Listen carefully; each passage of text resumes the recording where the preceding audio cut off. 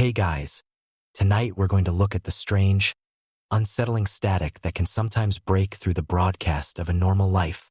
Most of our days are governed by patterns, the route we take to work, the people we talk to, the internal logic that guides our decisions. We build our lives on a foundation of these predictable routines. But the stories we're exploring tonight are about what happens when that foundation cracks. When a person's internal compass suddenly goes haywire and points them toward an unknown, and ultimately fatal, destination. These are cases defined by a sudden, inexplicable break from normalcy. They are about people who, for reasons we may never understand, were seized by a profound fear or a strange compulsion that sent them on a frantic journey away from everything they knew. They left behind a trail of baffling clues, whispers of conspiracies, and a profound sense of wrongness that continues to haunt investigators and families decades later. Before you get settled, maybe take a moment to notice a single, small detail in your room that is out of place. A book at a strange angle, a shadow that doesn't usually fall that way. It's in these tiny deviations from the norm that our stories tonight begin. Take a moment to like the video and subscribe, but only if you're ready to follow these strange breadcrumb trails that lead so far off the map. It helps this community of late-night thinkers grow and allows these stories to be shared. And on that note, let me know in the comments where you're tuning in from tonight. It's always a grounding experience to see how far these narratives reach. Now, let the quiet settle in. Let's begin tonight's journey together. The unexplained death of Blair Adams in the summer of 1996. Blair Adams was a man whose life appeared to be a model of stability. At 31 years old, he was a successful construction foreman in his hometown of Surrey, British Columbia, just outside of Vancouver. He was well-liked, known for being a dependable friend and a loving son. He had a steady girlfriend, was close to his mother, and had a solid group of friends. He had savings in the bank and a clear path forward in his career. By all accounts, Blair Adams was a man who had his life firmly under control, which is why his sudden, inexplicable descent into terror is so profoundly baffling. In early July of that year, something within Blair Adams snapped. The change was abrupt and alarming. He began exhibiting signs of intense paranoia. He confided in his mother and close friends that he believed someone was trying to kill him. He couldn't articulate who this someone was or why they wanted him dead, but his fear was palpable and all-consuming. His friends tried to reason with him, suggesting he might be under stress from work, but Blair was convinced the threat was real and imminent. This wasn't just a vague anxiety. It was a certainty that his life was in immediate danger. His actions quickly escalated from worried words to frantic, desperate deeds. On Friday, July 5th, he walked into his bank and emptied his safe deposit box, taking out a significant amount of cash, jewelry, gold, and platinum. Over the next few days, he systematically liquidated his assets. He withdrew his entire life savings, nearly $6,000 in cash, and quit his well-paying construction job without notice. He was a man cutting his own anchor lines, preparing to flee from an unseen enemy. His first attempt at escape was on Tuesday, July 9th. He tried to buy a ticket on a ferry from Victoria, British Columbia, to Seattle, Washington. While waiting, he encountered an old friend. The friend noted that Blair seemed extremely agitated and frightened out of his mind. Blair spoke again about the people who were after him and made a strange comment about rumors being spread about him. He was convinced that if he was arrested, he would be thrown in prison and never get out. Despite his desperation to cross the border, he abruptly changed his mind and didn't board the ferry. His next move was even more bizarre. He went to Vancouver International Airport and purchased a one-way, first-class ticket to Frankfurt, Germany. This was a destination with no apparent connection to his life. He was not of German descent, had no friends or business there, and had never expressed a desire to go. It seemed like a random pin stuck in a map, a desperate attempt to put as much distance as possible between himself and the threat he perceived in Canada. He boarded the plane, but his paranoia seemed to follow him. Before takeoff, he suddenly got off the plane, telling the flight crew that people were waiting for him in Germany to kill him. He was now a man trapped, believing danger lay both behind him and ahead of him. With his attempts to leave the country by sea and air thwarted, he turned to the road. On the morning of Wednesday, July 10th, Blair Adams drove his own car to the U.S. border crossing at the Peace Arch. He told the U.S. border agents that he wanted to enter the country, but he was immediately flagged as suspicious. He was carrying a massive amount of cash, American, Canadian, and German currency, as well as gold, platinum, and expensive jewelry. When the agents questioned him about the money, he became a target for a potential drug trafficking investigation.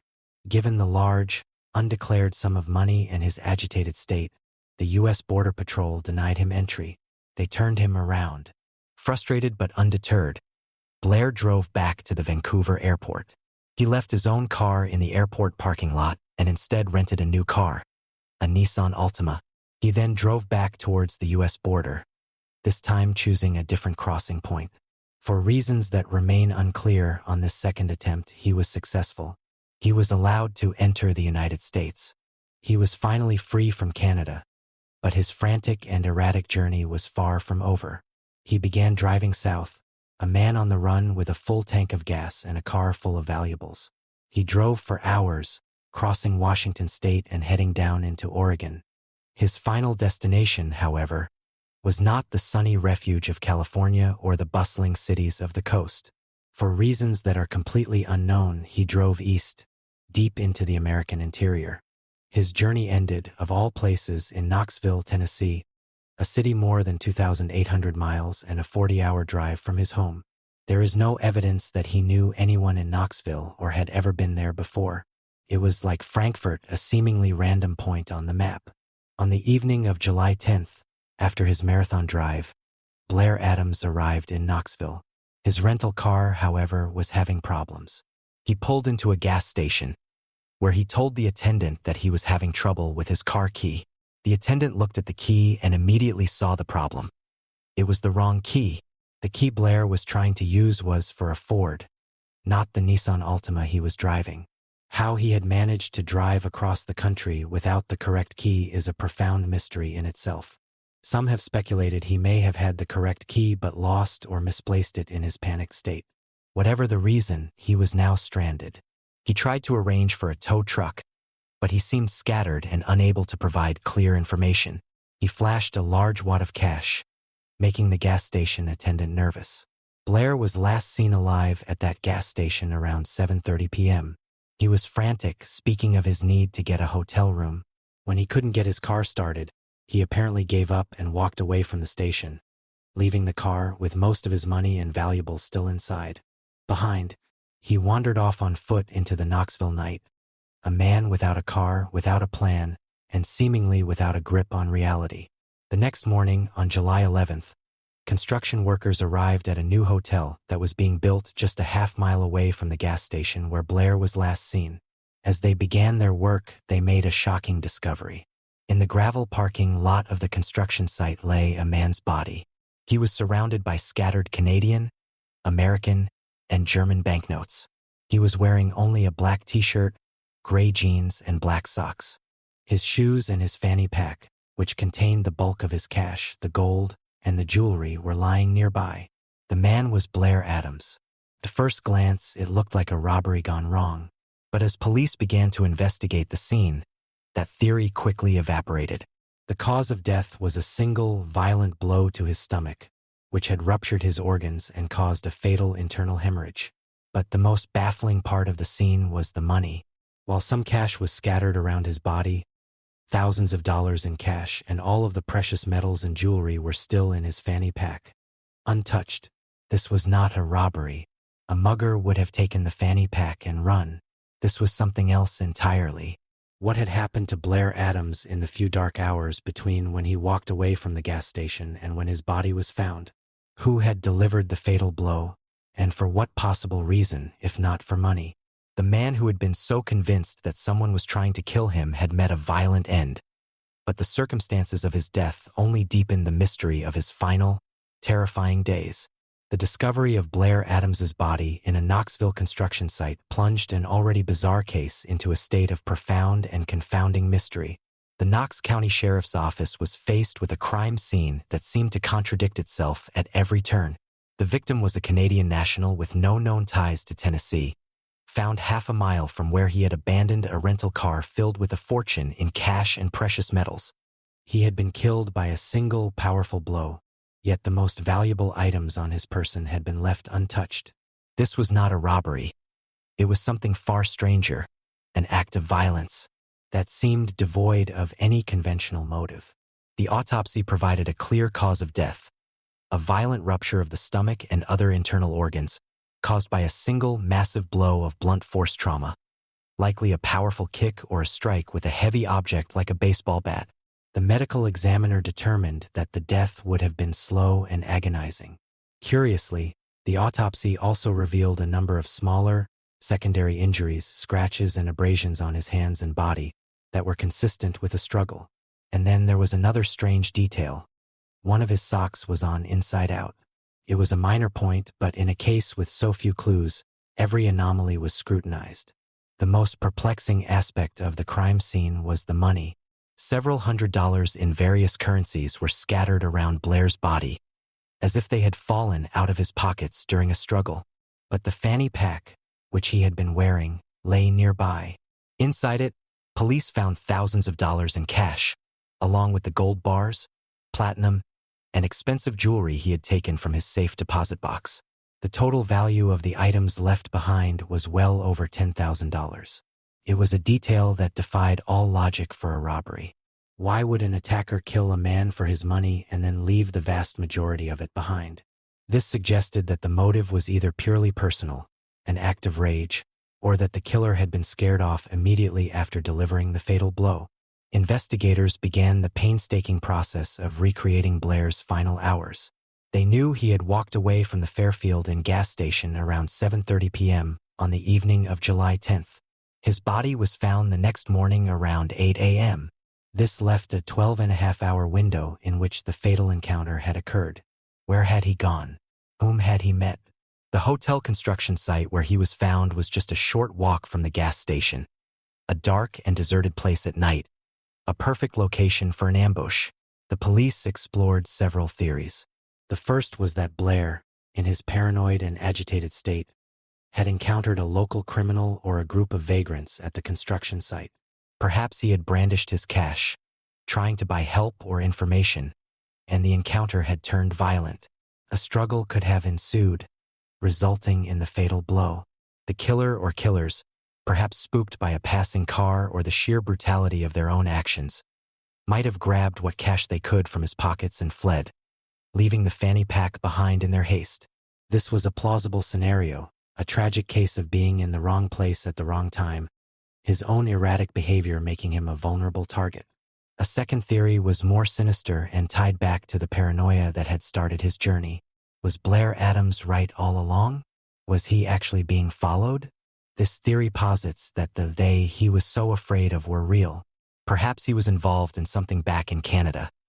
A drug deal, a gambling debt, a personal dispute, and his frantic cross-country escape was a genuine flight for his life. In this scenario, his pursuers had tracked him all the way from British Columbia to Knoxville. They found him at his most vulnerable.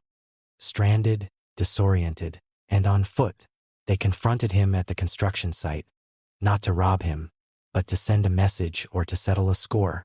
The violence was personal and the money was irrelevant to them. This would explain why the valuables were left behind. The goal was not profit. It was murder. This theory, however, presented its own set of problems. An extensive investigation by the Royal Canadian Mounted Police, RCMP, into Blair's life back in Surrey found absolutely no evidence to support it. They interviewed his friends, family, and co-workers. They looked into his finances and his personal life. They found no links to organized crime, no gambling debts, and no drug activity. Blair Adams was, by all accounts, a clean-living, hard-working man. The source of his profound fear seemed to have no basis in his observable reality. This led investigators back to the most tragic and likely explanation for his initial paranoia. A sudden, acute onset of a severe mental illness, possibly schizophrenia or bipolar disorder, which can often manifest in early adulthood. If his paranoia was the result of a mental health crisis, then his death becomes a terrible, ironic tragedy. A man fleeing from phantom enemies may have, through his own erratic and unpredictable actions, stumbled into a real and fatal confrontation. The police also had to consider the possibility that some of his injuries were self-inflicted during a psychotic episode, though the final, fatal blow could not have been.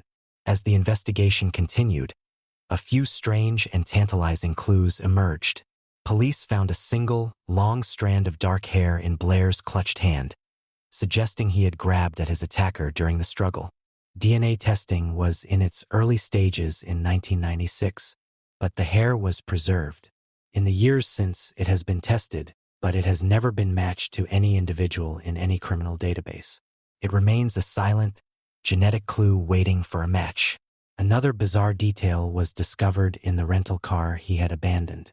Tucked into a travel guide, police found a claim ticket for a pair of sunglasses that Blair had apparently left for repair at a shop back in Vancouver.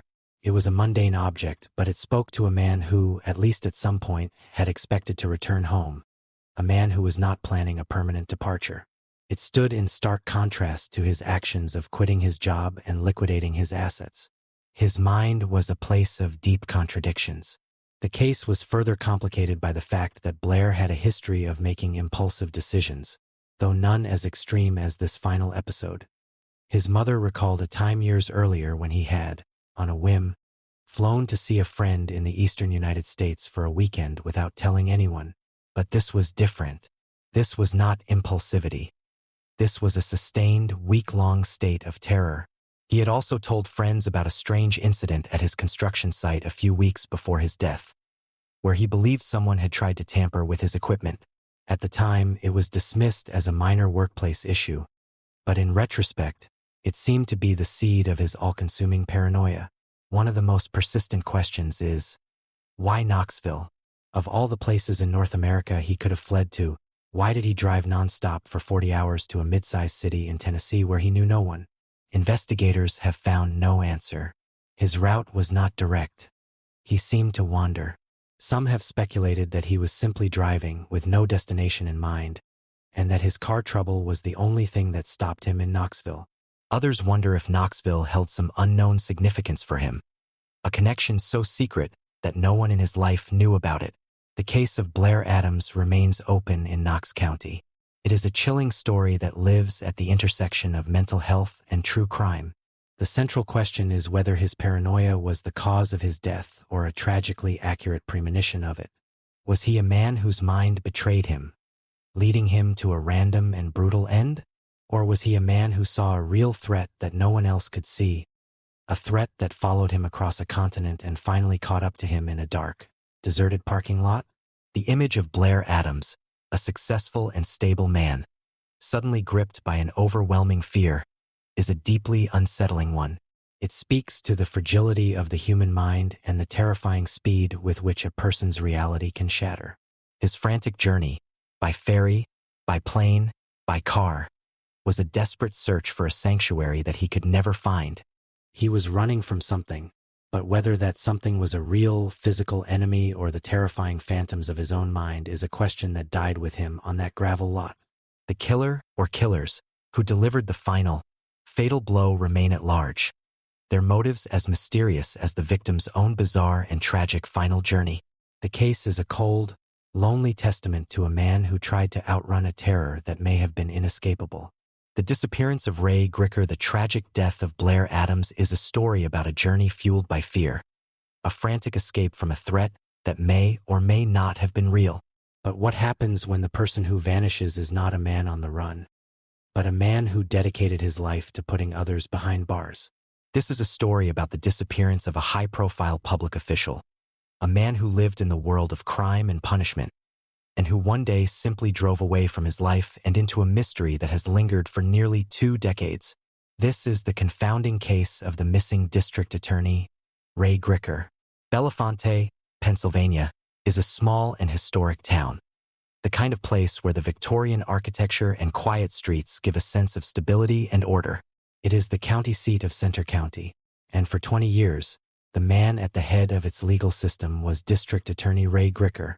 By 2005, Gricker was 59 years old and a well-known and respected, if sometimes controversial, figure in the community. He was a career prosecutor, a man who had handled thousands of cases, from petty theft to high-profile murders. He was known for being methodical, intelligent, and deeply private. He was approaching retirement, looking forward to a quieter life with his longtime girlfriend, Patty Fornicala, who also worked in the district attorney's office. On the morning of Friday, April 15, 2005, Ray Gricker decided to take a day off work. It was a beautiful spring day, and he told Patty he was going to go for a drive, perhaps heading out to a scenic spot to do some antiquing or just enjoy the weather. It was a perfectly normal plan for a man on the cusp of retirement enjoying a day of leisure. He got into his red and white Mini Cooper, a distinctive car that he loved, and drove away from his home. He told Patty he would call her later in the day. The call never came.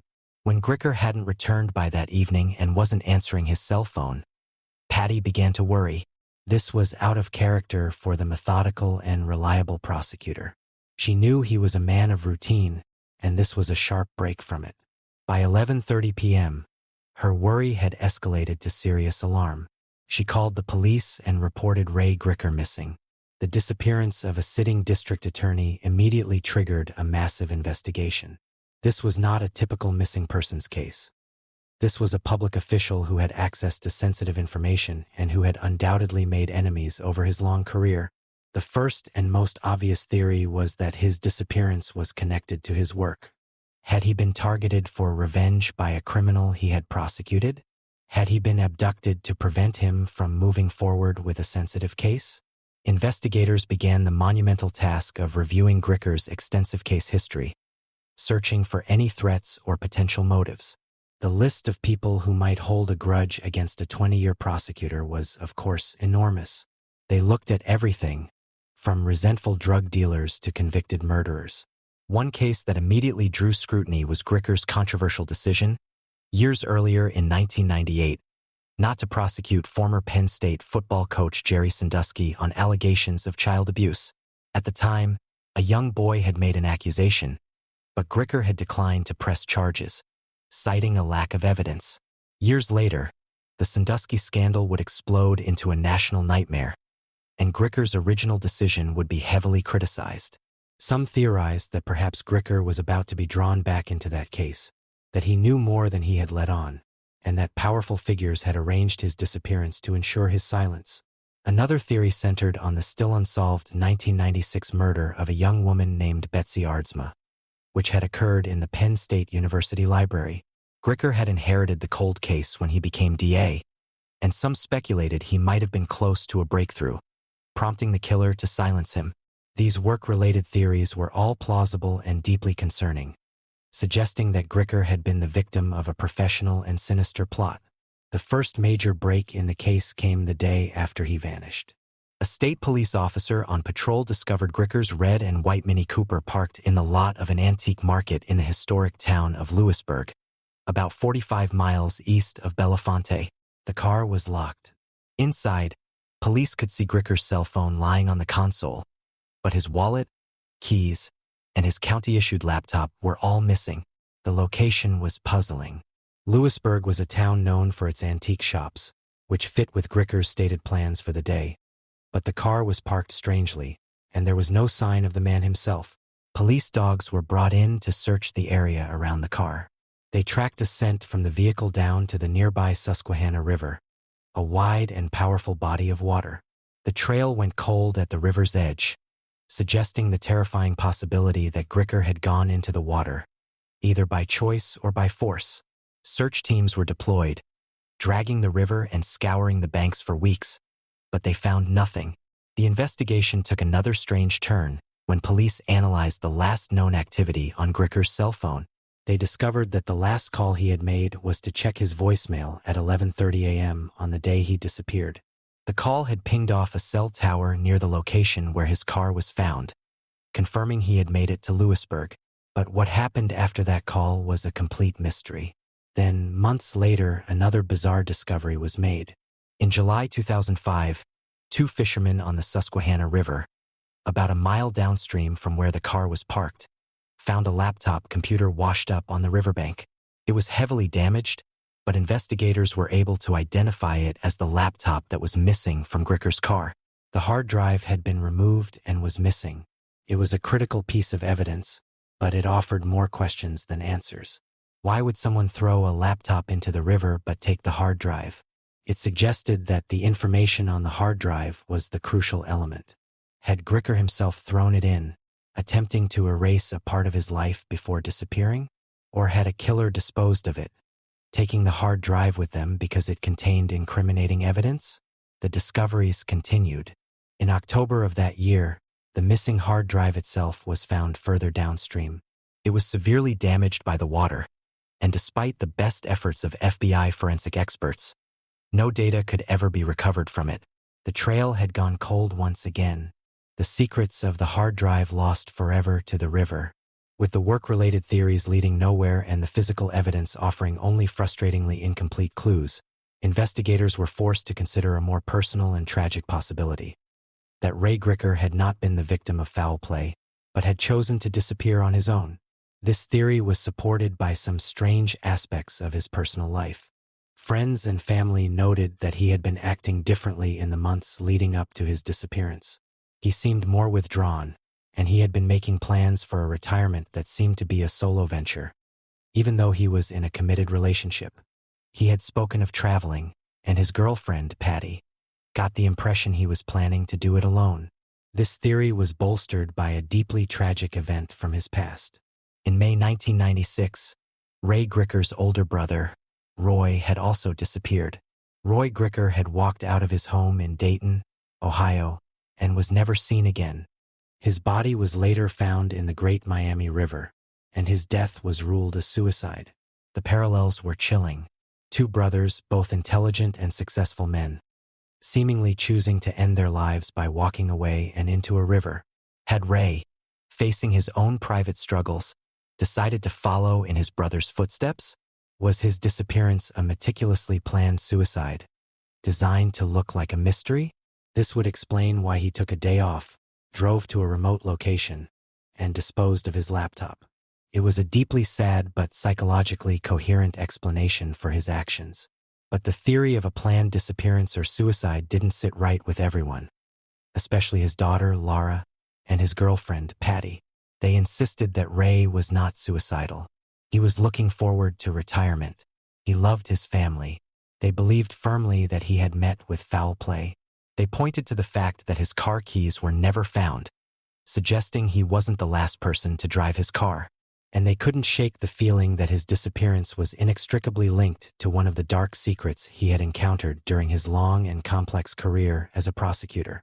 The case was now split between two competing and irreconcilable narratives: a planned suicide mimicking a family tragedy, or a sinister abduction tied to the dark underbelly of the justice system.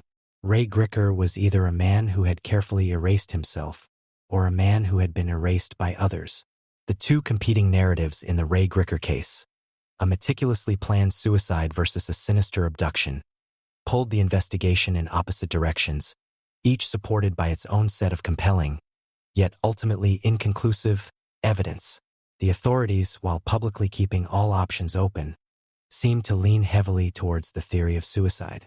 The parallels with his brother's death were too striking to ignore. The idea that Ray, perhaps facing a private depression or an undisclosed health issue, had chosen to end his life in a manner that mirrored his brother's fate held a certain tragic, psychological logic. This theory suggested a man methodically tying up the loose ends of his life. The day off work was not for leisure, but for a final, grim purpose. The drive to Lewisburg was a drive to a chosen, final destination. The act of throwing his laptop and its hard drive into the Susquehanna River could be interpreted as a symbolic and practical act of erasing his professional and personal life before he, too, disappeared into the water. In this scenario, the fact that his body was never found is not evidence of a crime, but simply a testament to the power of a large and unforgiving river. Investigators explored Gricker's personal life for any hint of a hidden struggle. They learned that while he was a public figure, he was an intensely private man. He rarely discussed his emotions, and it was entirely possible he was suffering from a depression that he had concealed from everyone, even his longtime girlfriend, Patty Fornicalla. The looming reality of retirement can also be a difficult psychological transition for many, especially for a man whose identity was so deeply intertwined with his high-pressure career. Perhaps the thought of a life without the structure and purpose of the district attorney's office was a prospect he could not face. However, those closest to him, particularly his girlfriend Patty and his adult daughter Laura, remained staunchly opposed to the suicide theory. They painted a picture of a man who was looking forward to the future. He had been making plans, not just for retirement, but for specific trips and projects. He had just bought a new lawnmower. He adored his daughter. These are not typically the actions of a man planning to end his life. They argued that his private nature was being misinterpreted as a sign of depression. He was a stoic man, but not a despondent one. They also pointed to several key details that seemed to contradict the idea of a planned disappearance. The first was his Mini Cooper. He loved that car, and the idea of him abandoning it in a parking lot seemed out of character. More importantly, his car keys were never found. If he had driven the car to the parking lot himself and then walked to the river, where were the keys? It seemed more likely that someone else had driven the car there and had taken the keys with them. The mystery of the laptop and its hard drive was also open to a different interpretation. While it could have been a symbolic act of self-erasure, it could also be the act of a killer desperate to destroy evidence. What if Gricker's laptop contained sensitive information about an ongoing investigation, perhaps notes or evidence related to the Sandusky case, the Ardsma cold case, or another unknown crime? A killer's primary motive might have been to retrieve or destroy that laptop. In this scenario, Gricker was abducted, forced to give up the computer, and then murdered. The killers then attempted to destroy the evidence by throwing the laptop and its hard drive into the river, not realizing that modern forensics might one day be able to recover them. This theory, that Gricker was silenced because of something he knew, was bolstered by a strange and unverified sighting. A witness came forward to report that she had seen Gricker in Lewisburg on the day he disappeared. She claimed she saw him with a mysterious, unidentified woman with blonde hair.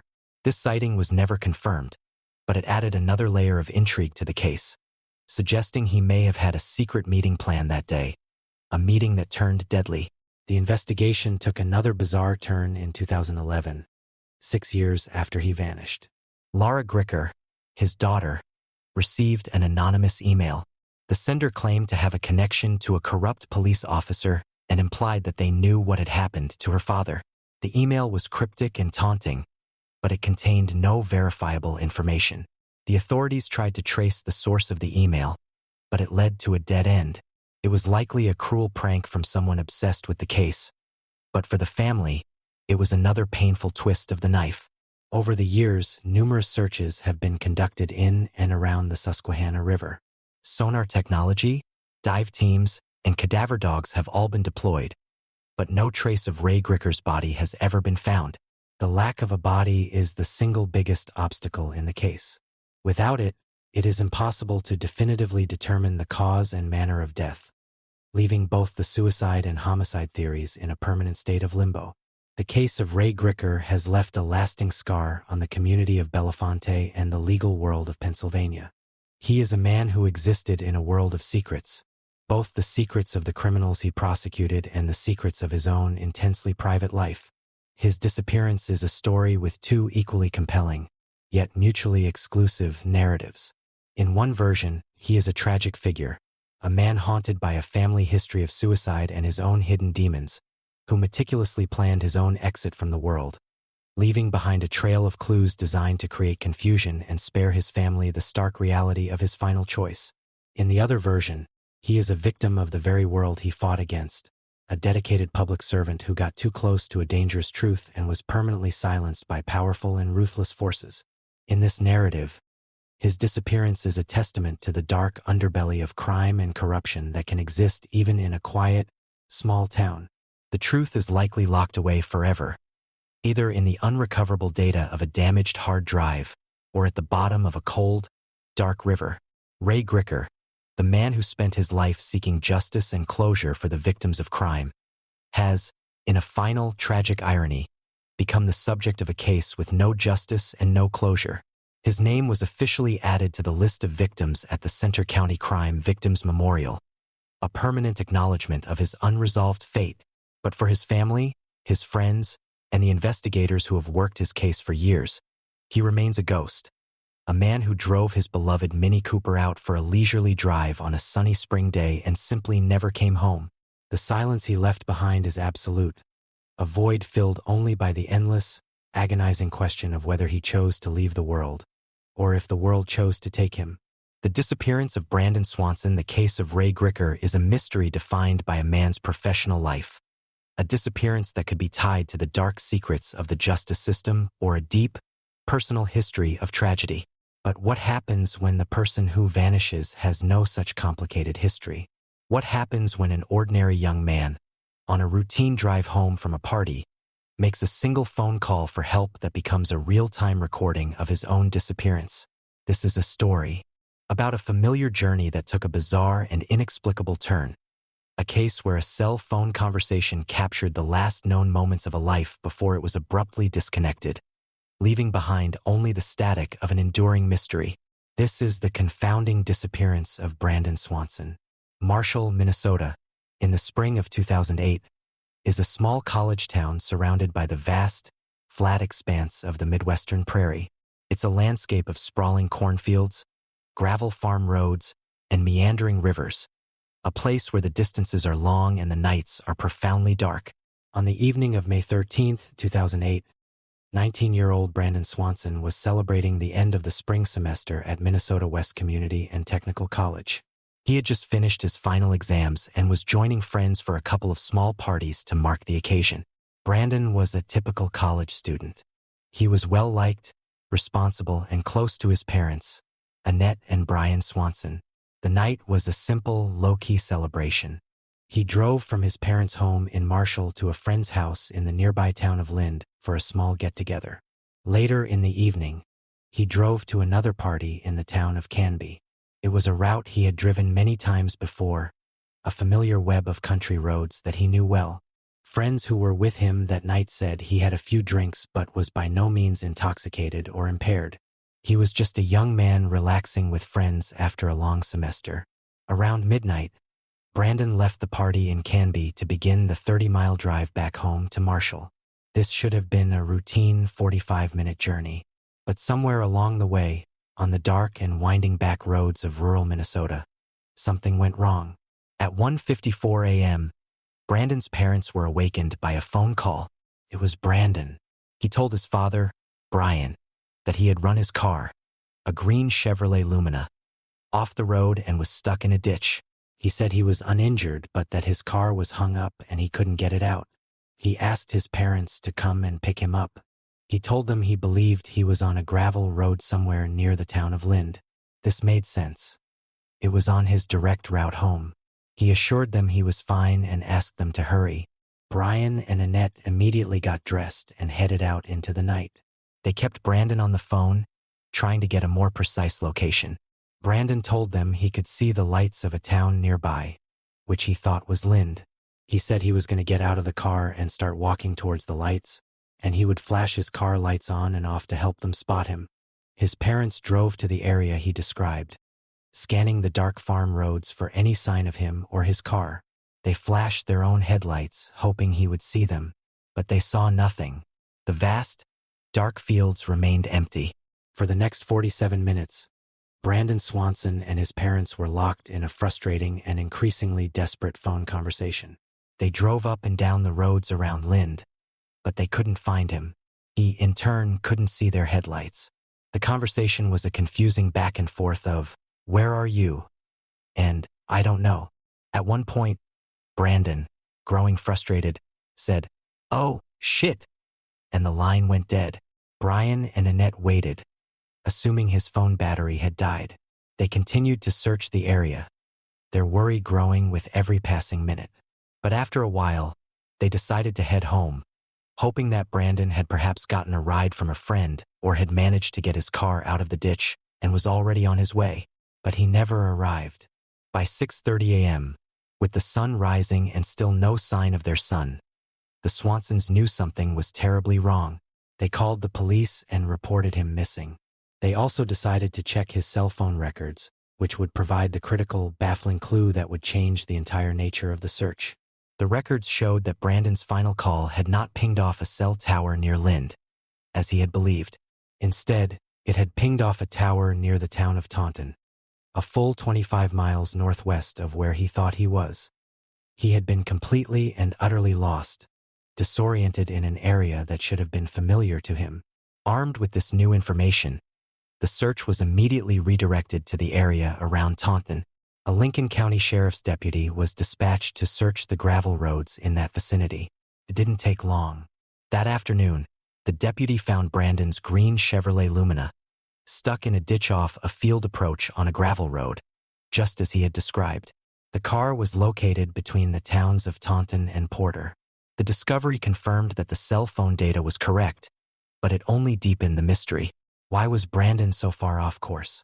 He had been driving in the complete opposite direction of his home. The scene at the car offered no clues of foul play. The car was undamaged, aside from being high-centered on the edge of the ditch. There was no blood and no sign of a struggle. The location was remote, surrounded by empty fields and bordered by the Yellow Medicine River. Brandon Swanson was nowhere to be found. The police had found his car, but the man himself had vanished. The search began in earnest, one of the largest in Minnesota's history. Hundreds of volunteers, law enforcement officers, and search and rescue teams on foot, on horseback, and in all-terrain vehicles scoured the vast, flat landscape. They brought in scent-sniffing dogs. The dogs were able to pick up Brandon's trail from the abandoned car.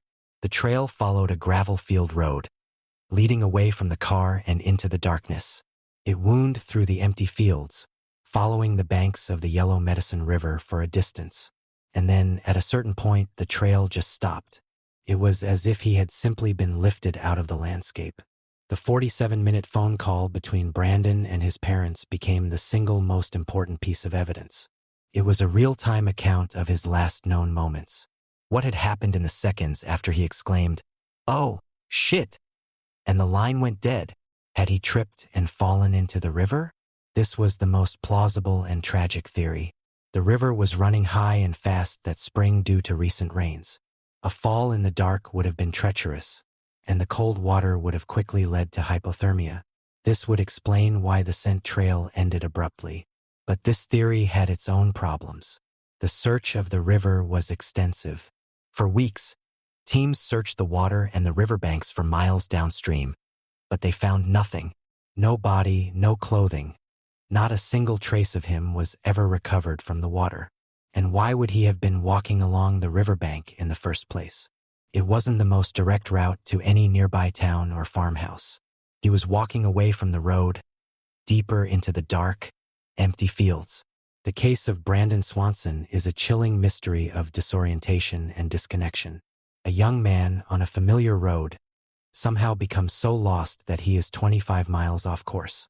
He makes a call for help, a call that should have led to his rescue, but instead, it becomes the final cryptic record of his existence. The conversation itself is a haunting document, a 47-minute audio recording of a family trying to bridge a gap of darkness and distance, a gap that would ultimately prove to be permanent. What did Brandon see in that final moment? What prompted his final, cursed exclamation? Was it the sudden realization that he was about to fall, the sight of an animal, or something else entirely? The sudden appearance of another person on that dark and lonely country road? The search for Brandon Swanson was a massive and desperate undertaking, a stark contrast to the vast, empty landscape in which it took place.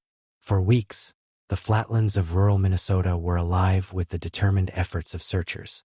They combed through cornfields, grasslands, and dense thickets along the Yellow Medicine River. They searched abandoned farm buildings and drainage culverts. The search was one of the largest in the state's history, but the landscape yielded no answers. It was as if Brandon had simply been erased from the earth. With the physical search turning up nothing, investigators and Brandon's family were left to endlessly dissect the only real evidence they had. The final, 47-minute phone call. Every word, every background noise, every nuance of the conversation was scrutinized, hoping to find a hidden clue. The central mystery was Brandon's profound disorientation. How could a young man who grew up in the area, who had driven these roads countless times, become so lost that he was 25 miles away from where he believed himself to be. One theory attempted to explain this with a simple shortcut. It's possible that Brandon, trying to get home, decided to take a series of unlit, unmarked gravel farm roads instead of the main paved highways. In the pitch-black darkness of a rural night, with no streetlights or landmarks, it is easy to become disoriented. A single wrong turn could have sent him off in the completely wrong direction, a mistake that would compound itself as he continued to drive, thinking he was on the right path. This is a plausible explanation for how he ended up where he did, but it doesn't explain the events that followed. The theory that he fell into the Yellow Medicine River remained the most probable explanation for his disappearance, favored by law enforcement. The scent dogs had tracked his path from the car for a significant distance along the riverbank before the trail went cold. This is a classic pattern in cases where a victim has entered the water. The river was high and fast that spring, and the banks were steep and slippery in places. In the dark, a misstep would have been easy to make. The final exclamation of "oh shit" could have been his cry in the instant he lost his footing and plunged into the cold, rushing water. However, the Swanson family has never fully accepted this theory. They point out that Brandon was a strong swimmer and a physically fit young man. They also question why the extensive searches of the river, which included sonar scans and multiple dive teams, never recovered a body or even a single piece of clothing.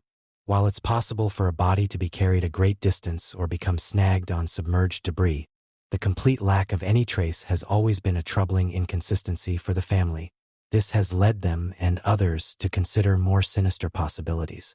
Was Brandon alone on that road? The idea of foul play, while not supported by any physical evidence at the scene of the car, cannot be entirely dismissed.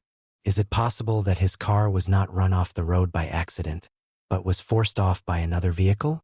Or, perhaps more likely, did he encounter someone after he began his walk? In this scenario, Brandon was walking along the dark gravel road when he was met by another person or persons. His final cry could have been a reaction to their sudden appearance. Perhaps it was a chance encounter with a hostile individual, a robbery that went wrong, or something even more targeted. This would explain why the scent trail stopped. He could have been forced into another vehicle and taken from the area. This theory, however, is purely speculative. There is no evidence of another person being present, and it doesn't explain why Brandon's wallet and other belongings were left in his car. A typical robbery would have likely started with the car itself. The case took another strange turn when investigators examined the area around his car more closely. They found that he had driven a considerable distance down the gravel-filled road before getting stuck. This wasn't a simple case of sliding off the main road. He had deliberately turned onto a less traveled path. Why? Was he trying to take a shortcut, or was he trying to evade someone who was following him? The question adds another layer of ambiguity to his state of mind that night. The disappearance of Brandon Swanson had a profound and lasting impact beyond his family and community. His case highlighted a critical flaw in the emergency response system. At the time, law enforcement agencies did not have the authority to ping a person's cell phone to get their location in a missing persons case unless there was clear evidence of a crime or imminent danger. Brandon's case was initially treated as a simple roadside assistance call, not a life-threatening emergency. His parents, Brian and Annette, became tireless advocates for change. They lobbied the Minnesota state legislature, arguing that had the police been able to get a location from his cell phone immediately, their son might have been found. Their efforts were successful. In 2009, Minnesota passed Brandon's Law, which requires law enforcement to investigate a missing persons report immediately and allows them to use cell phone location data if they believe the person is in danger. It is a powerful and positive legacy born from an unbearable tragedy. Over the years, the search for Brandon has never truly stopped. His family has organized dozens of private searches, bringing in volunteers from across the country to rescour the fields and riverbanks. They have consulted with psychics, followed up on countless tips, and worked with specialized search and recovery teams. In 2022, a new search was conducted using advanced sonar technology in Mud Creek, a tributary of the Yellow Medicine River, after a search dog indicated a point of interest. But like all the searches before it, it yielded nothing. The case of Brandon Swanson is a chilling modern mystery, a story defined by the very technology that was supposed to connect us. The 47-minute phone call is a haunting artifact, a real-time recording of a family trying desperately to find their son. Their voices clear, yet separated by an impassable gulf of darkness and disorientation. The conversation is a testament to the fact that even in an age of constant communication, a person can still become utterly and completely lost. What happened in the final seconds of that phone call remains the central, unanswerable question. Was the cry of, "Oh, shit," the sound of a simple, tragic accident, a slip on a muddy riverbank? Or was it something more? Was it the sound of a young man realizing he was not alone in the dark? The silence that followed that final exclamation has now stretched on for more than a decade. The fields around Taunton, Minnesota, hold their secrets close, leaving a family with a permanent, aching void and a mystery that is as vast and as empty as the prairie sky on a moonless night. The Isabella Stewart Gardner Museum heist. The mystery of Brandon Swanson is one of disorientation, a story defined by a single, desperate phone call that stretched across a dark and empty landscape. But some crimes are not born of panic or passion. They are exercises in precision, confidence, and audacity. They are crimes that target not a person, but our collective cultural memory, stealing objects so priceless and so unique that their absence creates a permanent hole in the fabric of human history. This is the story of the single largest property theft in the world, a brazen raid on a beloved art museum that remains one of the most baffling and audacious unsolved crimes in history. This is the story of the Isabella Stewart Gardner Museum heist. Boston, in the late 20th century, is a city proud of its rich history and its world-class cultural institutions. Among the most unique and cherished of these is the Isabella Stewart Gardner Museum. It is not a typical museum with sterile white walls and objects arranged in chronological order. It is a work of art in itself, a Venetian-style palace built at the turn of the 20th century by the eccentric and brilliant art collector Isabella Stewart Gardner. She designed it to be an immersive, intimate experience, arranging her vast collection of masterpieces not by period or artist, but according to her own aesthetic vision. The museum is a time capsule, a reflection of one woman's passion. Her will stipulated that the collection must remain exactly as she left it. Nothing could be moved, sold, or added. To walk through its halls is to walk through her mind. The night of March 17, 1990, was St. Patrick's Day, and the city of Boston was alive with celebration. As the revelry wound down in the early morning hours of March 18th, two security guards were on duty at the Gardner Museum. They were Rick Abath, 23, and Randy Heston, 25. The museum had a reputation for being somewhat lax on security. It was more of a grand old house than a modern fortress, and the guards were young and relatively inexperienced. At 1:24 a.m., a red buzzer sounded at the security desk. Two men, dressed as police officers, were at the side entrance on Palace Road. They spoke to Rick Abath through the intercom, stating that they were responding to a report of a disturbance in the courtyard. Abath, looking at the security cameras, could see the two men in what appeared to be authentic Boston police uniforms. Believing them to be legitimate officers, and in a critical breach of museum protocol, he buzzed them in. The two men entered the museum. They approached the security desk and told Abath that he looked familiar, that they might have a warrant out for his arrest, and that he needed to step away from the desk. Abath, intimidated and convinced he was dealing with real police, complied. He was ordered to summon the other guard, Randy Heston, to the desk. When Heston arrived, the two officers quickly revealed their true intentions. In a swift, professional move, they subdued both guards, forcing them to the ground and handcuffing them. They told Abath, "You're not being arrested. This is a robbery." To ensure their compliance, they wrapped duct tape around the guards' heads and eyes. The thieves then took the two guards down to the museum's basement. They led them to separate, remote areas, chaining them to a steam pipe and a workbench.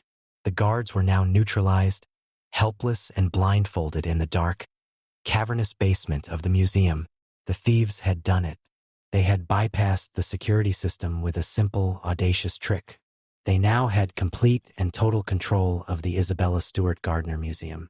The greatest art heist in modern history was underway. For the next 81 minutes, these two men had free reign of a palace filled with some of the most priceless treasures in the world.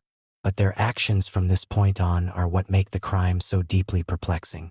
They were not brutish smash-and-grab robbers. They moved with a strange combination of confidence and curious imprecision. They did not ransack the museum. Instead, they seemed to have a very specific yet bizarre shopping list. Their primary target was the Dutch Room, a gallery containing some of the museum's most valuable works. Here, they committed their most infamous act of vandalism. They went to Rembrandt's only known seascape, the magnificent The Storm on the Sea of Galilee. It was a large painting, framed and protected by glass. The thieves crudely cut the canvas directly from its frame, a brutal act that would make any art historian cringe. They did the same to another Rembrandt masterpiece, A Lady and Gentleman in Black. They also stole a small, postage stamp-sized self-portrait etching by Rembrandt. Their most valuable prize was in this room, Johannes Vermeer's The Concert. It is one of only 34 known paintings by the Dutch master, making it virtually priceless and one of the most valuable stolen objects in the world. They simply took it off the wall. They also stole a work by Govert Flinck, who was a pupil of Rembrandt. Curiously, they first attempted to remove a large Rembrandt self-portrait from the wall, but apparently found it too large or too difficult to handle and abandoned the effort. Their movements through the other galleries were equally strange. They went to the short gallery and stole 5 Degas sketches of racehorses and jockeys. They also took a bronze eagle finial that had sat atop a Napoleonic flag.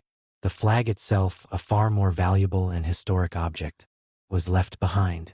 In another gallery, they took a small, relatively insignificant ancient Chinese bronze beaker, or gu.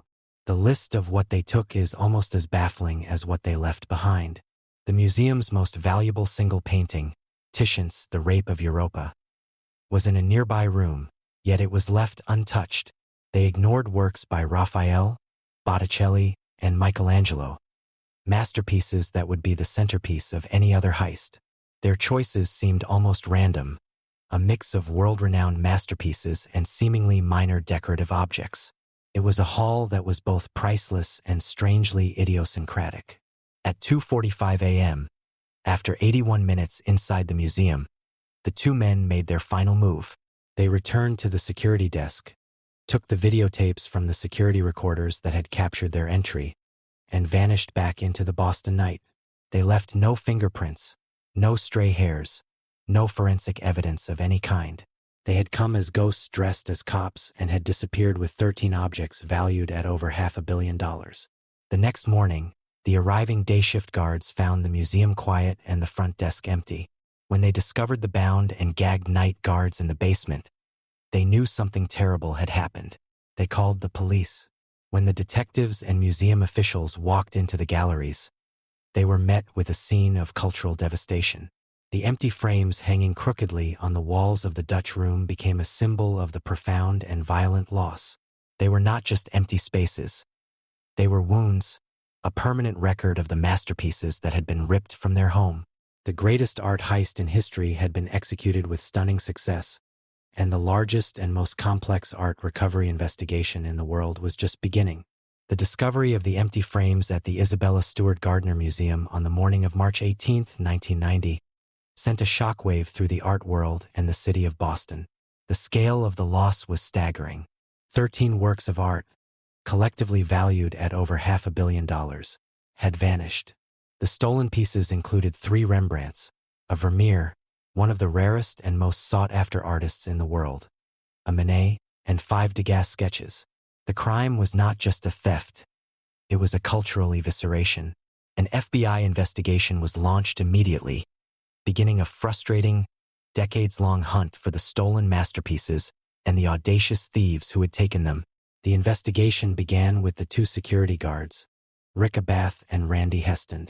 They were the only witnesses, and their actions were immediately placed under intense scrutiny. The decision by Abath to buzz in the 2 men, a clear violation of museum protocol, made him a primary person of interest. Why had he broken the rules so easily? Investigators explored the possibility that it was an inside job, that Abath was either a willing participant in the heist or had been coerced into helping the thieves. Abath's story was that he was a young, inexperienced guard who had been duped by the convincing police uniforms and the authoritative demeanor of the two men.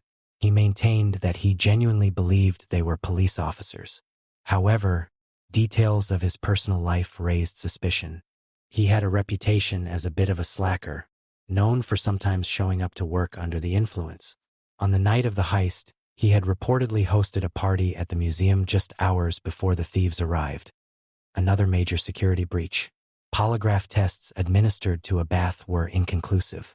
While the FBI has never officially cleared him, they have also never found any concrete evidence to charge him with the crime. He remains a figure of intense speculation, a man whose fateful decision, whether born of naivete or complicity, enabled the greatest art theft in history. With the inside job theory leading nowhere, the FBI turned its focus to the Boston criminal underworld. A crime of this scale and sophistication seemed to point directly to organized crime. The Boston area in the 1990s was home to several powerful mob factions, both Italian-American mafia families and Irish gangs. These groups had the resources, the connections, and the audacity to pull off such a heist. The leading theory for years was that the heist was orchestrated by the local mafia, specifically a crew run by a notorious capo regime named Carmelo Merlino. The motive, investigators believed, was not to sell the art on the open market. Masterpieces of this fame are essentially unsellable, but to use them as a bargaining chip.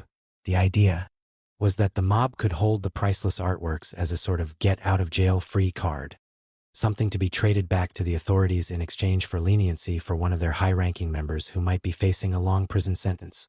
This theory was bolstered by tips from various informants within the criminal underworld. The FBI began to focus on a low-level mob associate named David Turner, who was part of Merlino's crew. Turner fit the physical description of one of the thieves and had a reputation for being a skilled art thief.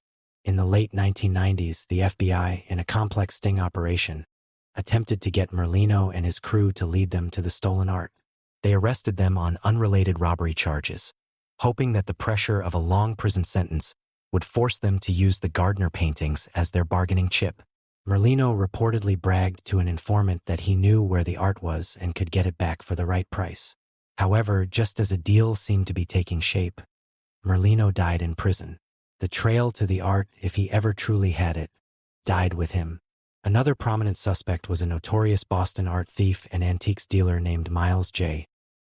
Connor Jr. Connor was a brilliant but flamboyant criminal who had a long history of stealing valuable objects and then using them to negotiate lighter sentences for his various crimes. At the time of the Gardner heist, Connor was in federal prison. However, he has long claimed that he was the mastermind behind the robbery, that he had cased the museum years earlier and had passed on the plans to his associates to execute while he was incarcerated. He claimed his motive was exactly as the FBI had suspected: to get the art and use it to bargain for his own release. He even told investigators that he could lead them to the paintings. However, his stories have been inconsistent, and many in law enforcement believe he is simply a narcissist trying to attach his name to the most famous art crime in history. He has never been able to produce the art, and his claims remain unverified. The investigation took a major turn in 2013, when the FBI made a stunning public announcement. For the first time, they stated with a high degree of confidence that they had identified the two thieves. They did not release their names, as both men were deceased, but sources later identified them as two low-level mob associates from Dorchester, a neighborhood in Boston, George Reisfelder and Leonard DiMuzio. The FBI claimed that the art had been transported to Connecticut and Philadelphia in the years following the heist, and was offered for sale by a group of aging mobsters. They made a public appeal, stating that they knew who had the art and that it was time to return it. They offered a $5 million reward for information leading to the recovery of the art. No questions asked. The reward has since been increased to $10 million. Despite this confident announcement, the paintings have not surfaced. The announcement seemed to be a high-stakes gamble by the FBI, an attempt to flush out the artworks by signaling to the current holders that the investigation was closing in. But the gamble did not pay off. the art remains hidden. The mystery of what happened to the 13 masterpieces is as compelling as the mystery of who took them. It is highly unlikely they were sold. The Vermeer and the Rembrandts are too famous. They would be instantly recognized. The most probable theory is that they are being held in a private collection, possessed by a reclusive, amoral collector who commissioned the theft for the sole purpose of private ownership. A real-life Dr. No figure. Another possibility is that the art was hidden away so well by the original thieves that its location was lost when they died.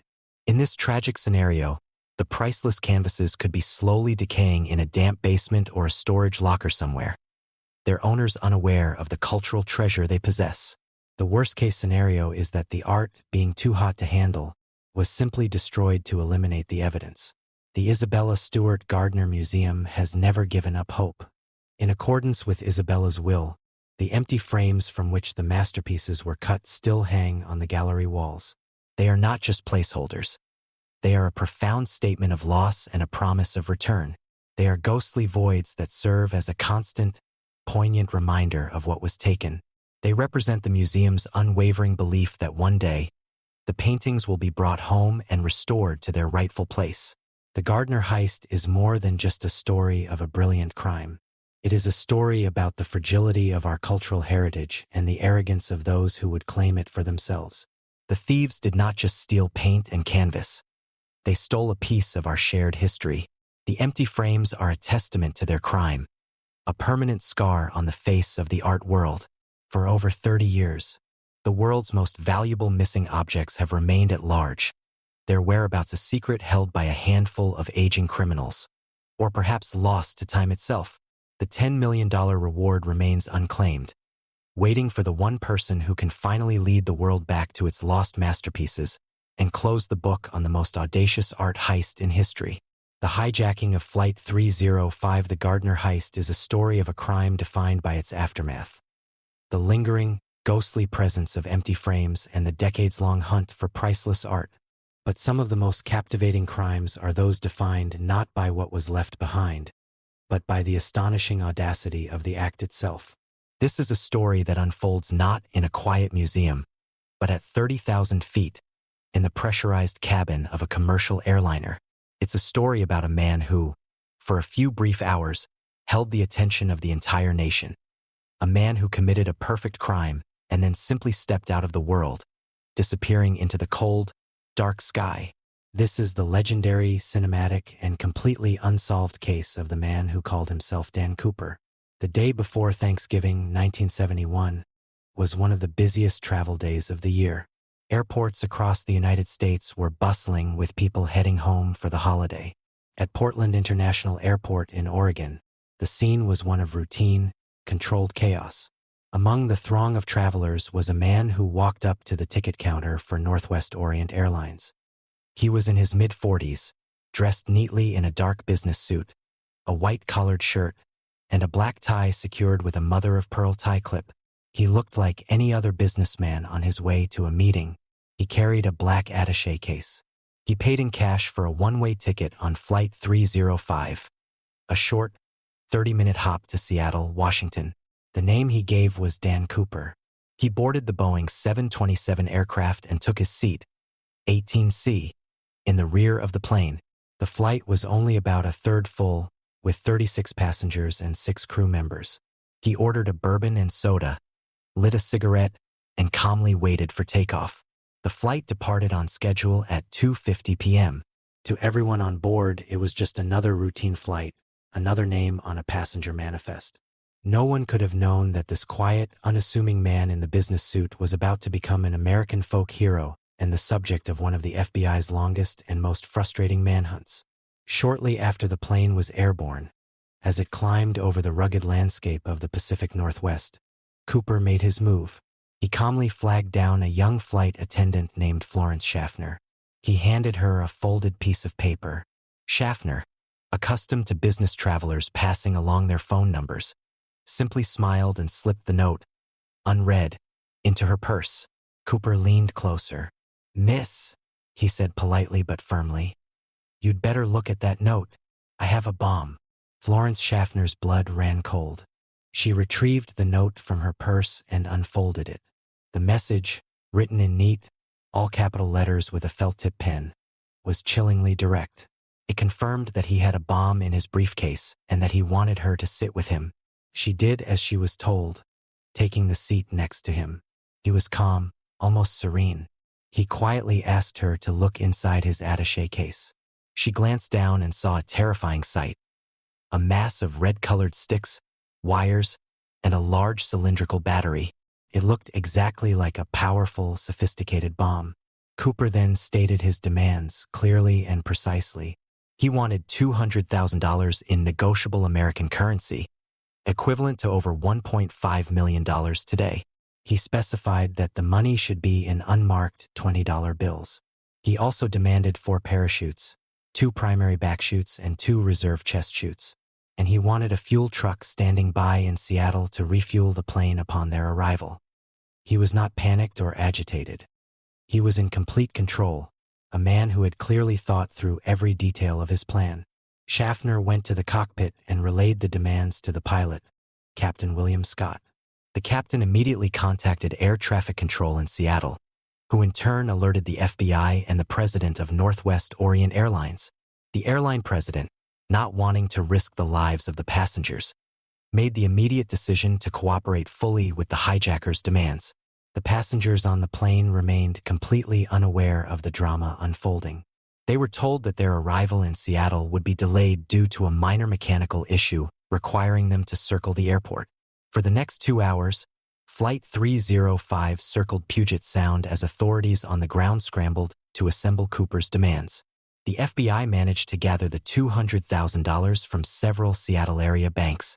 They photographed every single one of the $10,020 bills, hoping to create a record that would allow them to track the money if it was ever spent. They also sourced the 4 parachutes from a local skydiving school. The choice to demand 4 parachutes was a particularly clever one. It created uncertainty.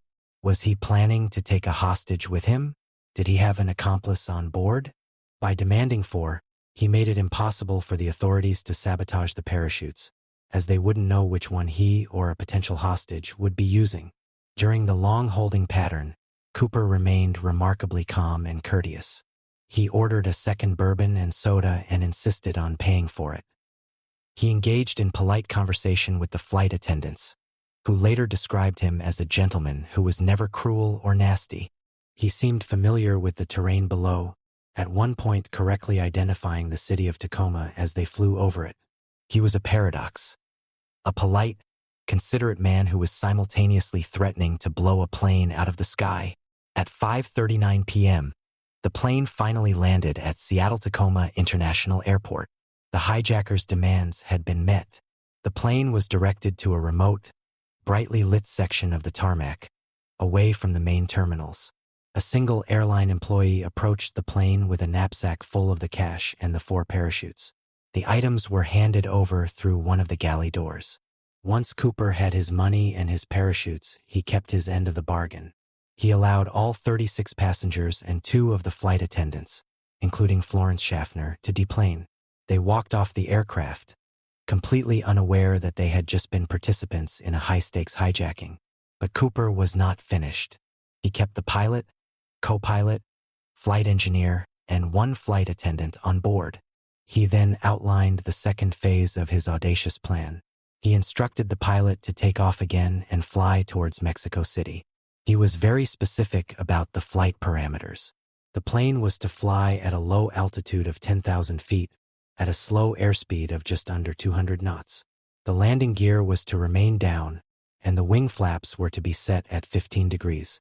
These were all technical specifications designed to make the aircraft as slow and as stable as possible, ideal conditions for a parachute jump. His most crucial demand was that the plane must take off with the aft air stair, the retractable staircase at the rear of the 727, in the down, open position. The pilots and airline officials balked at this last demand. Taking off with the aft air stair down was unheard of and potentially dangerous. Cooper was adamant. A lengthy negotiation ensued on the tarmac. Eventually, a compromise was reached. They would take off with the stairs up, but unlocked, allowing Cooper to lower them himself once they were airborne. At 7:40 p.m., after refueling, Flight 305 took off from Seattle for the second time, with its small crew and its mysterious hijacker on board. As per Cooper's instructions, they headed south. Two F-106 fighter jets were scrambled from a nearby Air Force base to shadow the airliner, but they were ordered to keep their distance to avoid spooking the hijacker. They followed from a safe distance, above and behind, their pilots straining to keep a visual on the slow-moving 727 in the dark, cloudy night. Shortly after takeoff, Cooper ordered the remaining flight attendant into the cockpit to join the rest of the crew and told them to stay there with the door closed. He was now alone in the passenger cabin with his money and his parachutes. Around 8 p.m., somewhere over the rugged, forested terrain of southwestern Washington, a warning light flashed in the cockpit, indicating that the aft air stair had been activated and lowered. The pilot got on the intercom and asked Cooper if he needed any assistance. Cooper's reply was calm and final. No. At approximately 8:13 p.m., the crew felt a sudden change in air pressure, and the tail section of the aircraft momentarily oscillated upwards. This was the moment. D.B. Cooper, with a parachute on his back and a knapsack full of $200,000 strapped to his body, had walked down the aft stairs of a Boeing 727 and leaped out into the freezing, wind-swept darkness of a November night, somewhere over one of the most remote and unforgiving wilderness areas in North America. He had stepped out of the airplane and into legend. The biggest manhunt in FBI history was about to begin, a search for a man who seemed to have vanished into thin air. The moment D.B. Cooper leaped from the aft stairs of Flight 305, he transformed from a hijacker into a phantom. The Boeing 727, now lighter and freed of its strange passenger, continued on its designated flight path. The crew remained in the locked cockpit, unsure of what had happened, until they landed safely at Reno Tahoe Airport in Nevada around 10:15 p.m. When law enforcement swarmed the aircraft, they found the passenger cabin empty. Cooper was gone. He had left behind only his black clip-on tie, the mother-of-pearl tie clip, 2 of the 4 parachutes he had demanded, one of which was later found to be a non-functional training chute, and 8 cigarette butts. The perfect crime had been executed, and now the largest and most frustrating manhunt in the history of the FBI was set to begin. The primary challenge for investigators was the sheer impossibility of pinpointing where he had jumped. The 13-minute window between 8 p.m., when the stairs were lowered, and 8:13 p.m., when the tail section oscillated, placed his jump zone over a vast, rugged, and heavily forested area of southwestern Washington state, near the border with Oregon. The weather that night was atrocious. Freezing rain, low clouds, and high winds. It was, as one agent later described it, like jumping into a black hole. The odds of surviving such a jump, at night, in a business suit into a treacherous wilderness, were considered by experts to be astronomically low. Most believed that D.B. Cooper had likely died on impact or succumbed to the elements shortly after landing. The FBI, along with the U.S. Army, launched a massive ground search. For weeks, hundreds of soldiers on foot, helicopters overhead, and even a submarine in Lake Merwin and the Columbia River scoured the presumed landing zone. They searched for a body, a parachute, a briefcase, or any scrap of evidence. They found nothing. The dense forest canopy and the rugged terrain were a formidable opponent. It was entirely possible that Cooper's remains and his parachute were snagged high in an ancient fir tree, invisible from the ground or the air, where they could remain for decades. With the ground search yielding no results, the investigation turned to the identity of the man himself. Who was Dan Cooper? The name was quickly determined to be an alias. The press, in an early miscommunication, mistakenly reported his name as D.B. Cooper, a name that stuck in the public imagination and became legendary. The FBI began the painstaking process of trying to identify him from the scant evidence he left behind. They had detailed descriptions from the flight crew, which led to the creation of the famous composite sketch.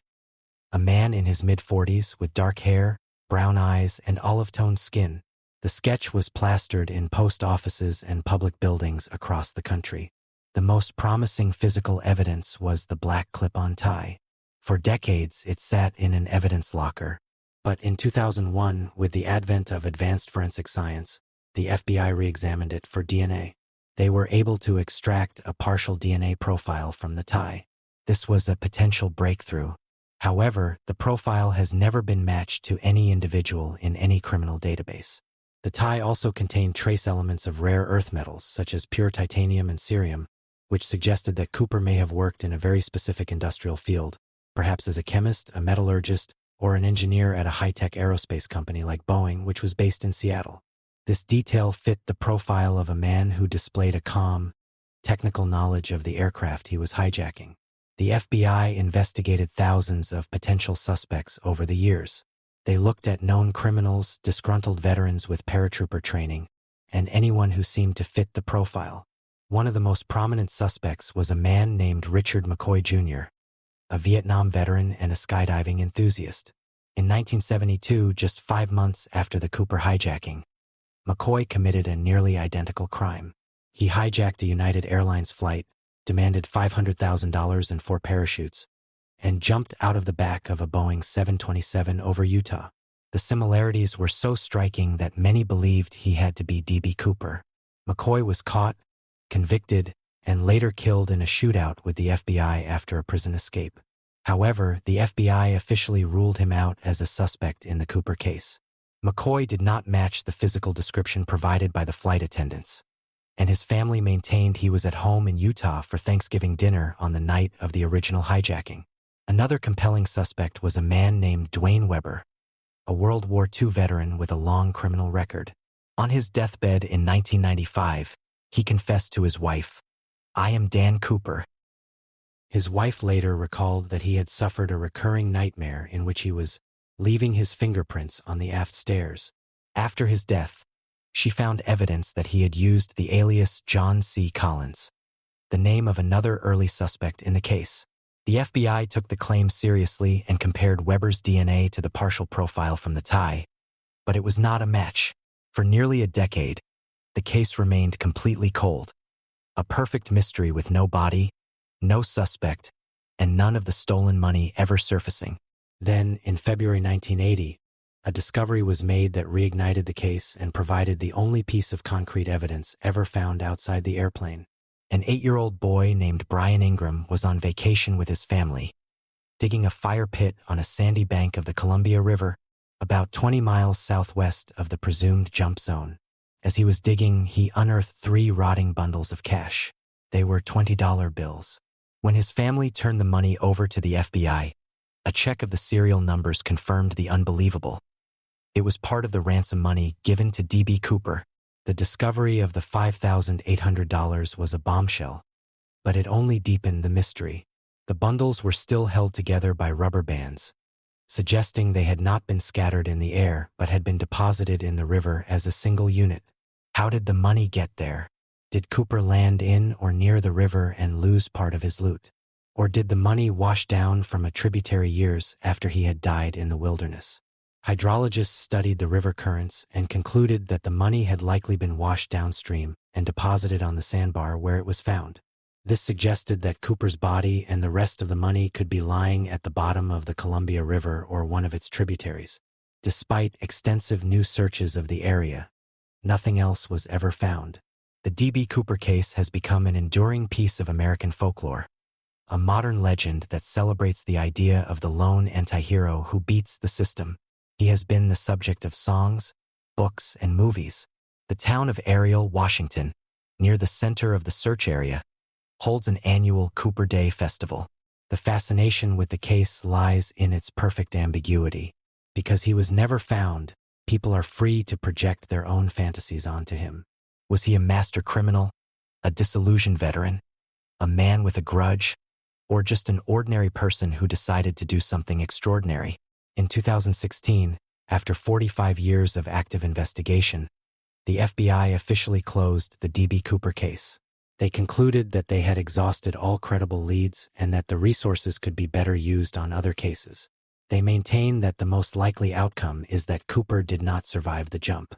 They believe he is lying somewhere in the vast, untamed wilderness of the Pacific Northwest. His bones and the remaining $194,200 of his ransom money lost to the forest forever. But the legend lives on, fueled by the slim but tantalizing possibility that he pulled it off. Is it possible that a man with the right skills, perhaps an ex-paratrooper or smoke jumper, could have survived the jump, navigated the wilderness, and successfully integrated back into society with his fortune? It is this possibility, however remote, that has made D.B. Cooper an icon. He is the man who committed a perfect crime and then simply vanished, leaving behind only a handful of clues, a baffling mystery, and a legend that continues to fly through the cold, dark night of American folklore. The Lead Masks case, The Legend of D.B. Cooper, is a story of a single, audacious figure who vanished into the sky, leaving behind a mystery that became a part of American folklore. But some cases are even stranger, involving not one, but two individuals, whose final, bizarre actions seem to point to a shared, secret world that we can only guess at. This is a story that unfolds on a remote hilltop in Brazil, a scene of death so peculiar and so filled with cryptic clues that it reads more like a page from a science fiction novel than a police report.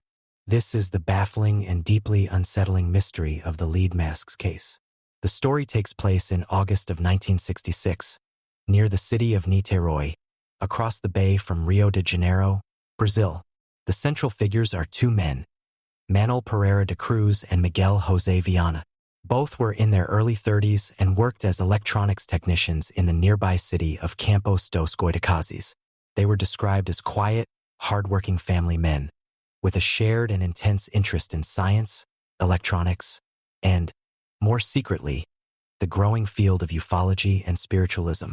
They were known to conduct strange experiments in their backyards, allegedly trying to build devices to communicate with otherworldly entities.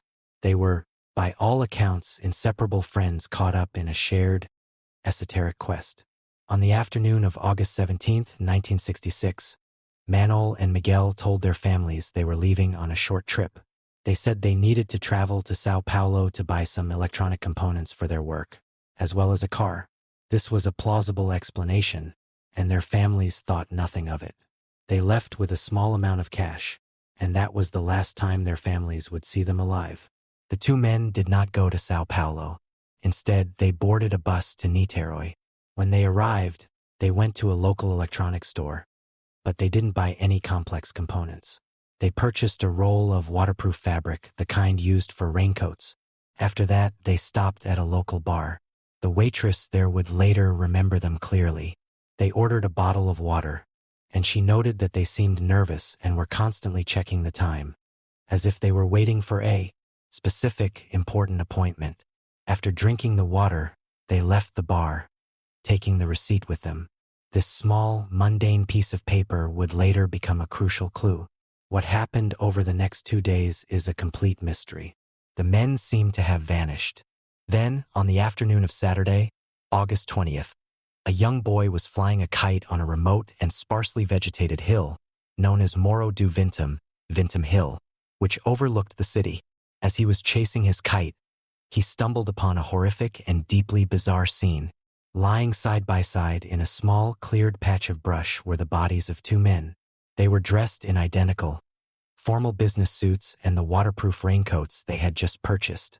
They were lying neatly on their backs, as if they had been carefully laid out. There were no obvious signs of a struggle or any visible violent injuries. The most peculiar and defining detail of the scene was what was on their faces. Each man was wearing a crude, homemade lead mask, the kind that might be used as rudimentary protection against radiation. The masks were simple, spectacle-like objects, cut from a sheet of lead, designed to cover only the eyes. Next to their bodies, police found a few strange items. An empty water bottle, the same brand they had purchased at the bar, 2 wet towels, and a small notebook. The scene was baffling to the initial police officers who arrived. It did not look like a typical murder or suicide. It looked more like a strange, ritualistic tableau. The area was secured, and a more thorough investigation began. The bodies were identified as the 2 missing electronics technicians, Manuel Pereira de Cruz and Miguel José Viana. The notebook found at the scene contained the most cryptic clues of all. It was filled with complex electronic schematics and calculations, consistent with their work as technicians. But amongst the technical jargon were a series of strange, coded instructions, written in a neat, deliberate hand. The instructions read, 1630, Be at the agreed place. 1830, ingest capsules. After effect, protect metals, await mask signal. This short, cryptic set of instructions became the centerpiece of the entire mystery. It seemed to be a checklist for a secret, planned event. What agreed place were they supposed to be at? What capsules were they supposed to ingest? And most bizarrely, what was the mask signal they were waiting for? The autopsy and toxicology reports only deepened the confusion. The medical examiner could find no discernible cause of death. There were no signs of trauma on the bodies, no gunshot wounds, no knife wounds, no evidence of a struggle. The toxicology tests were equally mystifying. They found no traces of any known poison, no illegal drugs, and no alcohol in their systems. The men had not been shot, stabbed, poisoned, or beaten. They had simply died. The coroner, unable to find any other explanation, was forced to list the cause of death as undetermined. Though he noted that heart failure was a possibility, perhaps induced by an unknown substance, the investigation now focused on trying to understand the strange, secret world that Manol and Miguel had been a part of. Friends and family were questioned, and a picture emerged of two men who had become increasingly obsessed with what they called scientific spiritualism. They were part of a small, clandestine group of like-minded individuals in their hometown who believed it was possible to communicate with extraterrestrial or interdimensional beings through a combination of spiritual practice and electronic devices. The group believed that these beings would sometimes manifest and make contact, and that these encounters required specific, ritualistic preparations. The capsules mentioned in the note were thought to be part of this ritual, perhaps containing a substance meant to enhance their perception or protect them during the encounter.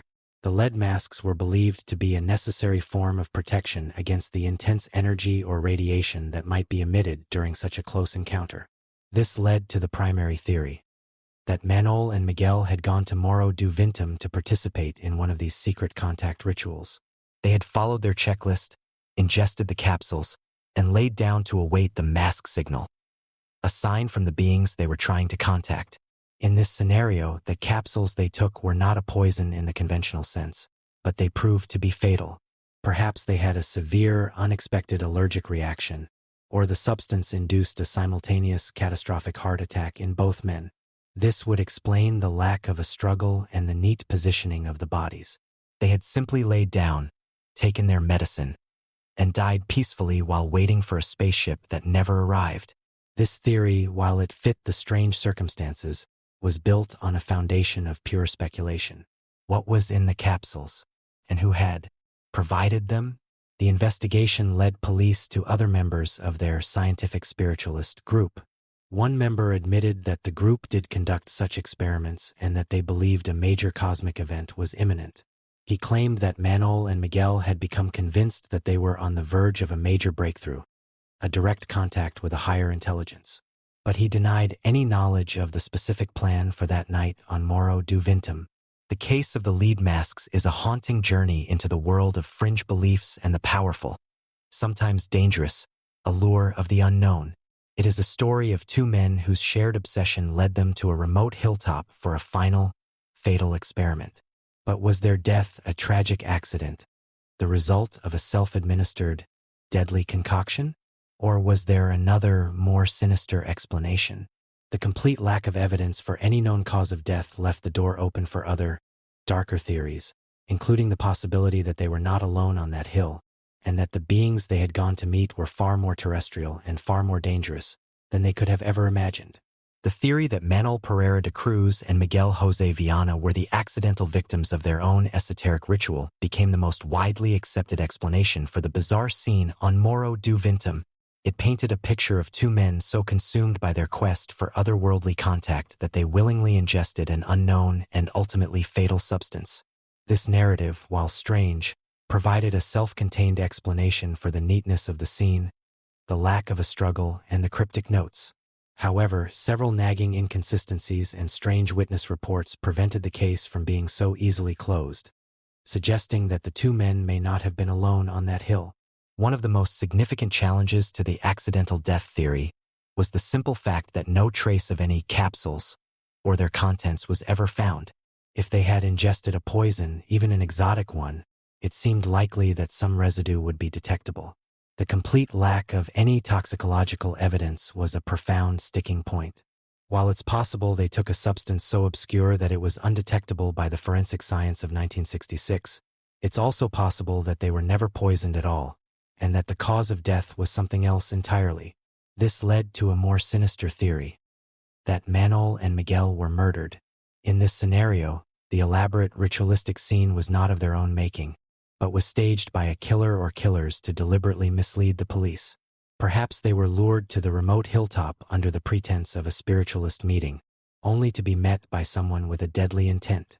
The cause of death could have been something that leaves little trace, such as smothering, or the use of a powerful paralytic agent that would not show up in standard toxicology tests. The lead masks and the notebook could have been planted at the scene to send the investigation down the rabbit hole of ufology and spiritualism, away from a more conventional motive. But what would that motive be? The two men were not wealthy.